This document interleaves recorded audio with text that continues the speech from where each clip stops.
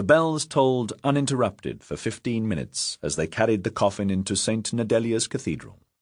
At the head of the procession was Patriarch Maxim, head of the Bulgarian Orthodox Church. Behind him were several thousand mourners.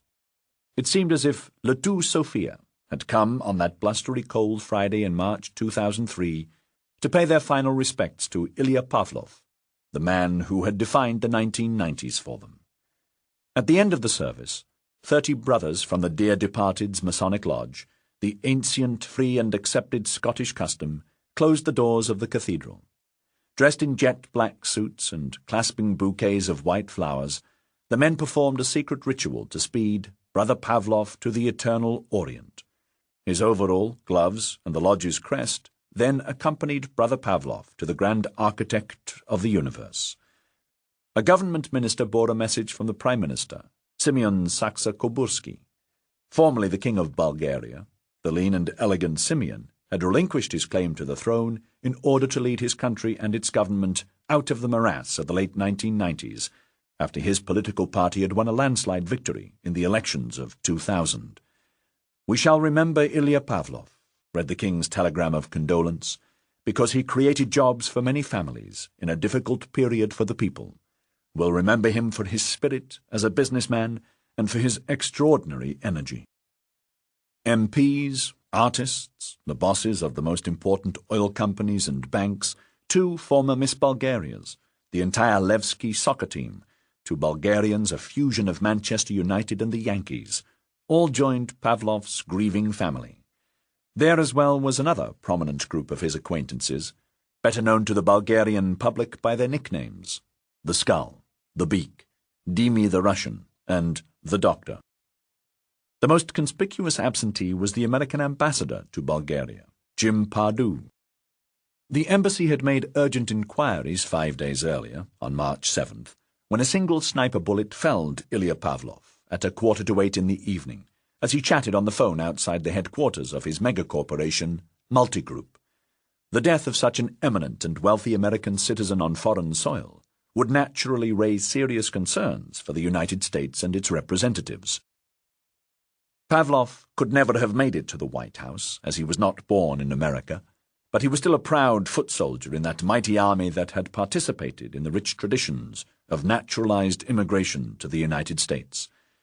The only curious aspect about Pavlov's American aspirations was that 2 consecutive U.S. ambassadors to Sofia vigorously opposed them. Both diplomats made personal representations in Washington to try to prevent Pavlov from entering the country, let alone having U.S. citizenship bestowed upon him. But Pavlov also had his supporters in the United States. Despite an FBI investigation into his past activities, not to mention heightened security concerns after 9/11, Pavlov received his American passport.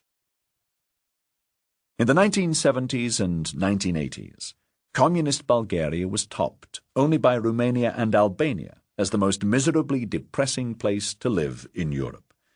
I recall tramping through the fog-bound streets of Sofia, drifting from one shade of grey to the next in search of a restaurant or cafe to alleviate the boredom. As a foreigner and journalist, I always had included in my personal hospitality pack at least 2 minders from the DS, Bulgaria's KGB, who tracked my every footstep.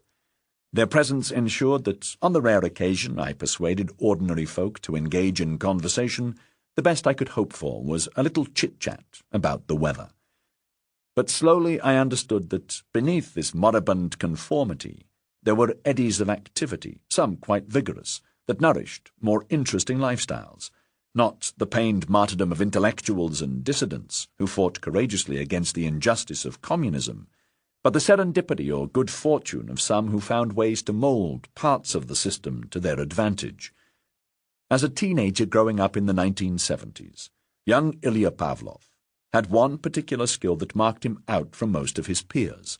He was an accomplished wrestler, indeed the champion of Bulgaria in his weight class. Had he been very smart or a gifted rock guitarist, Ilya might have landed in trouble, as these talents usually led youngsters to a life of rebellion and disobedience.